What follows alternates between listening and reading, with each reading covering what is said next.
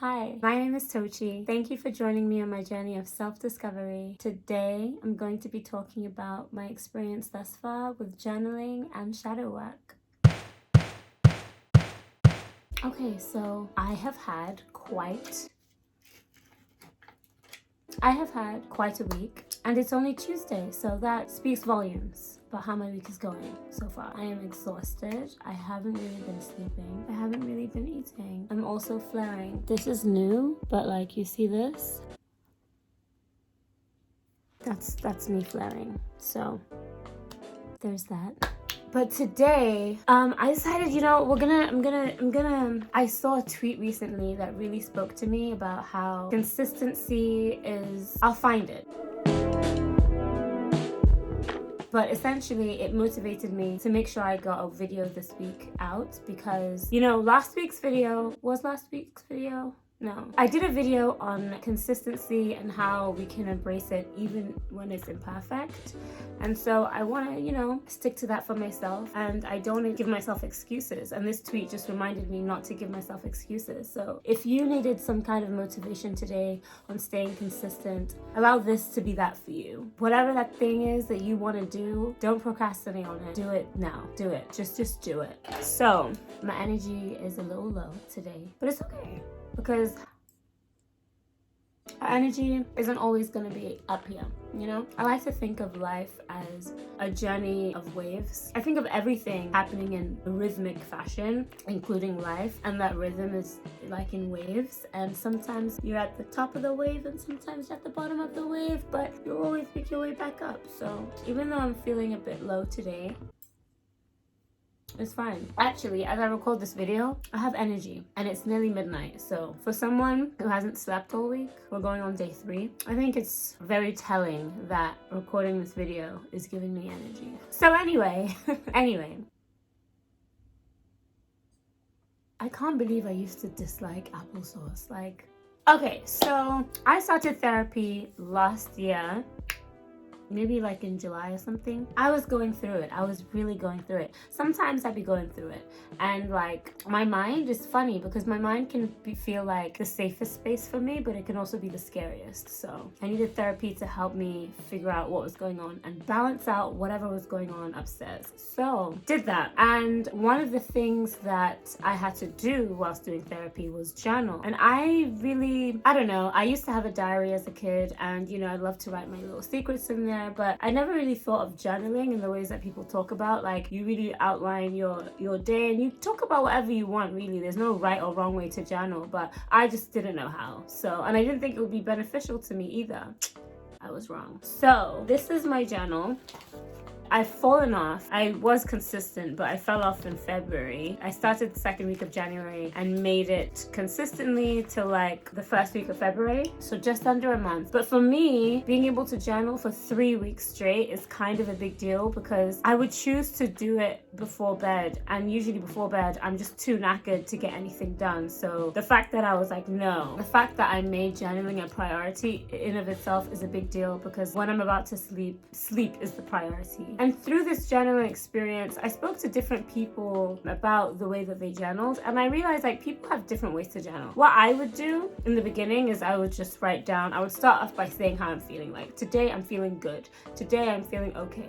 Today I'm feeling this. And then I would outline how my day went and possibly delve into the reasons why I may be feeling the way I'm feeling, whether that's great or not so great. And then I spoke to someone who said that in their journal, they asked themselves how, what, why, when, and who. How were you feeling today? Why were you feeling that way? When you felt that way, what did you do about it? Or when you felt that way, what were you doing? Or when you felt that way, who was around? Things like that. Specifically, they said when they would go through a conflict, they would write down exactly what happened in the conflict, exactly how they felt during this conflict, and what they did to resolve it, or how they made themselves feel better. And I like that, because I shut down during conflict. There are a lot of things that I would want to say, but I just shut down and go silent. And so my journal became a space where I could write down what went on if I was, going through something that I didn't feel like I could talk about. Not because I didn't want to, but sometimes my throat literally closes up and I'm unable to speak. So this was really helpful for that. And then I came across shadow work. I'm no professional, right? But this is like, I collated, I guess, different understandings of what shadow work is into one thing. And so this is what I believe shadow work is. A form of psychoanalysis that explores the parts of oneself that have been pushed down, the parts that we're insecure about, ashamed of, or frustrated with, and therefore repressed. The concept of this work is that we figuratively bury those pieces of personality that we fear would not be welcomed, accepted, or loved by others.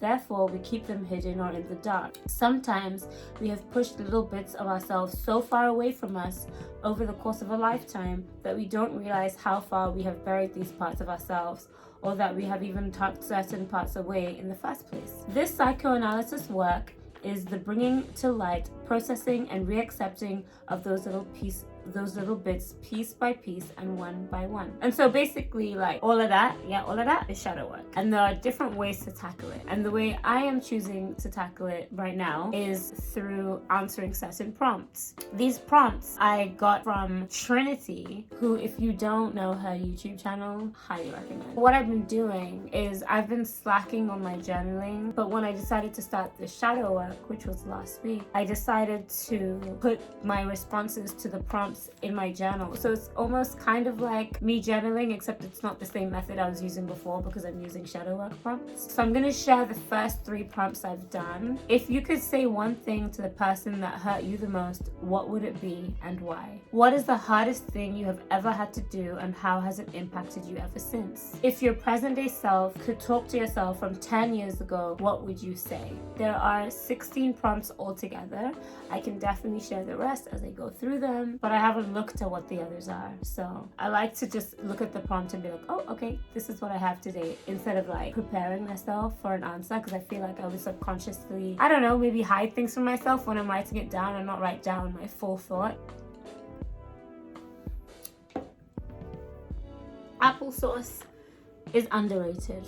So I've learned a couple of things about myself through journaling that I didn't think I was gonna learn. Well, for one, I didn't think I was gonna learn much of anything. I thought I was just gonna write things down and then that would be it. Especially because I would be really tired when I was writing these down. So I was like rushing through thoughts, and even then I learned a lot. So I can only imagine what I would learn if I was wide awake and ready to write every single time I put pen to paper. So through journaling, I realized that there's a lot I don't talk about. Like, I think I am this really open person and that I'm easy to talk to and that I'm able to talk about my feelings, but it's just not true. I'm not even talking about my feelings, just talking about uncomfortable things revolving my feelings. I find hard to talk about, especially if I think it's like embarrassing. I won't talk about it. But in my mind, I make myself believe I'm able to talk about everything. But through journaling, I realized, no, Tochi, that's who you want to be, but it's not who you currently are. But I also really enjoy writing down my feelings. Like, I've always preferred to write things down when it comes to how I'm feeling versus say it, because I feel like writing things down gives me the opportunity to really think about what I want to say versus talking, like the words just come out. But I just think there's more intention when you're writing things down. I think if there's something I want to talk about, it would be helpful for me to write it down and then read it out to whoever I need to read it out to, or to whoever I want to read it out to. I think that would be the way for me to go. Yeah, I understand why people journal now. I really do. And I think it's very beneficial and I highly recommend it. Now with the shadow work, right? I thought that I knew the parts of myself that I buried. But the thing is, there are some very deep-seated parts of myself that I've buried so that I could feel like safer in the world and more accepted. And it's not that shadow work is bringing those parts out. I think shadow work is just making me realize, from just those 3 questions, is making me realize that a lot of the reasons why I have buried parts of myself is because of how it affects other people. Even if those parts that I've buried of myself make me happy, if I feel like it will make other people unhappy, I suppress them. And I've done this forever. And as I've gotten older, I've tried to like undo that, because you begin to grow resentment for yourself when you like push parts of yourself that you love far away for other people. Yeah, at least for me, it just wasn't healthy. So as an adult, I've been trying to, like undo that. But through doing shadow work, I'm realizing like some of this stuff's really deep. When I first started doing the shadow work, I was answering the questions and I was like, okay, what's next? Like, excuse me, what would present day me tell myself 10 years ago, for example, when I was like, I tell myself to not care what people think and da-da-da-da-da. But then I had to force myself to like delve deeper. That's the thing, like these questions will only give you how much you give them. So if you want to stay surface level, that's all you're gonna get. But I highly suggest really digging deep. Like if you choose to do these prompts, really dig deep and see how far you can go, because we are deep people. We are inherently deep as humans. So yeah, really dig in there and find out what it is you want to find out about yourself for yourself. I feel like shadow work and journaling are all types of therapy, and it makes me think about the sessions I would have with my therapist and how she would organically and comfortably get me to answer certain questions that I don't know if I'd be able to really sift through myself to find the answers to them had she not asked me them. And I stopped therapy I think sometime in December because I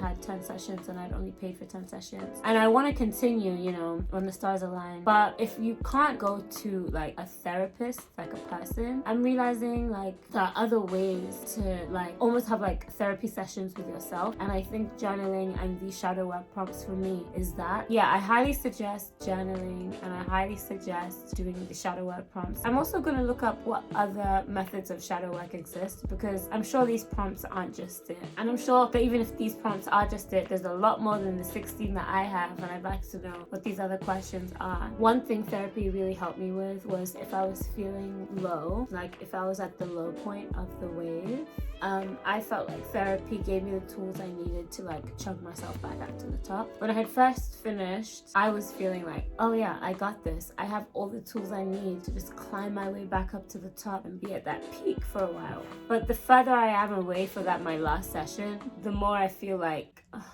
I have the tools, but are they getting blunt? How do I sharpen them? Or I have the tools, but if the tools feel weaker than the energy I have to carry them, then what do I do? I have the tools, but what do I do if I don't feel like picking them up? And these are all questions that I hadn't asked myself before. But after this week, on Tuesday, I began to ask myself those things because I needed to ask myself those things. And you know what? I'm realizing that recording this video and like saying all of these things out loud is helping me process certain things. And I'm grateful for that. I'm really grateful for like this space that I have curated for myself and in turn created for others. It's like very special to me. I don't like telling you to like, share and subscribe because I want you to do what organically feels best for you. But if your heart so desires, please do. And I will see you next week. Bye for now. I want to rewatch The Matrix as an adult. Question everything. I feel like we're living in the Matrix. I am so tired. I'm gonna finish my applesauce and take myself to bed. Cheers. There's always more than one facade to an understanding. There's always more than one perspective. I feel like I look as tired as I feel. Yo, this flare is really cramping my whole style. It's a bit of a wild one. And this is the center of my head right here. This is not the center. Why am I seeing this just now? Oh my gosh, my braids are just not centered. It is what it is at this point. Are you serious right now? This is off center. Like my braid is off. Whatever. It just is what it is. I'm curious to know how many people get to the end of this video. So if you're that person, first of all, thank you so much. Can you drop a sunflower in the comments, and don't say why you're doing it, just drop a sunflower. You could also just type out sunflower so I can see who actually makes it to the end. Bye for now.